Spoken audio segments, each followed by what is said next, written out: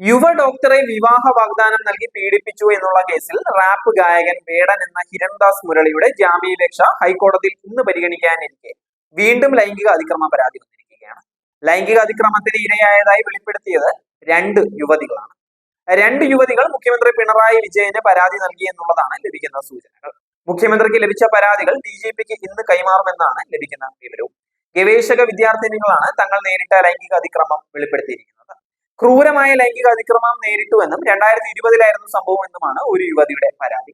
2021 രണ്ടാമത്തെ സംഭവം ഉണ്ടായത് എന്ന് ഗവേഷണ ആവശ്യത്തിന് വിവരം തേടി സമീപിച്ചപ്പോൾ അതിക്രമം നടത്തിയെന്നാണ് മറ്റൊരു വിദ്യാർത്ഥിനി പരാതിയിൽ പറയുന്നത്.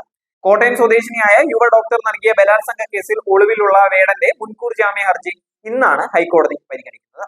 2021 ഓഗസ്റ്റ് മുതൽ 2023 മാർച്ച് വരെ വിവാഹ വാഗ്ദാനം നൽകി പീഡിപ്പിച്ചുവെന്നാണ് ഡോക്ടറുടെ പരാതി. 2021 ഓഗസ്റ്റിൽ ഫ്ളാറ്റിലെത്തിയ വേടൻ ബലാത്സംഗം ചെയ്തു. ഇതിനുശേഷം വിവാഹം ചെയ്യാമെന്ന് വാഗ്ദാനം ചെയ്തിരുന്നു. 2 വർഷത്തിനിടെ ലഹരി അടക്കം ഉപയോഗിച്ച് 6 തവണ പലയിടങ്ങളിൽ വെച്ച് വേടൻ പീഡിപ്പിച്ചു. 2023 മാർച്ചിൽ ടോക്സിക് എന്ന് വിശേഷിപ്പിച്ച് വേടൻ ബന്ധത്തിൽ നിന്ന് പിന്മാറുകയും ചെയ്തുവെന്നും ഡോക്ടറുടെ പരാതിയിൽ പറയുന്നുണ്ട്. എന്നാൽ ഉഭയസമ്മതപ്രകാരമുള്ള ബന്ധമായിരുന്നു ഡോക്ടറുമായി ഉണ്ടായിരുന്നത് എന്നും പിണങ്ങി കഴിഞ്ഞപ്പോൾ ആരോപണം ഉന്നയിക്കുകയാണ് എന്നും വേടൻ നൽകിയ മുൻകൂർ ജാമ്യ ഹർജിയിൽ പറയുന്നുണ്ട്. തൃക്കാക്കര പോലീസ് രജിസ്റ്റർ ചെയ്ത ബലാത്സംഗ കേസിൽ വേടൻ ഇപ്പോൾ ഒളിവിലാണ്. 2021 ഓഗസ്റ്റ് 1-നും 2023 മാർച്ച് 31-നും ഇടയിൽ പല തവണകളായി വേടൻ വിവാഹ വാഗ്ദാനം നൽകി ബലാത്സംഗം ചെയ്തു എന്നായിരുന്നു യുവ ഡോക്ടറുടെ മൊഴി. കൊച്ചി, കോഴിക്കോട് എന്നിവിടങ്ങളിൽ വെച്ച് ബലാത്സംഗം ചെയ്തു എന്ന പരാതിയിൽ പറഞ്ഞിട്ടുണ്ടായിരുന്നു. യുവ ഡോക്ടറുടെ പരാതിയിൽ തൃക്കാക്കര പോലീസാണ് കേസെടുത്തത്.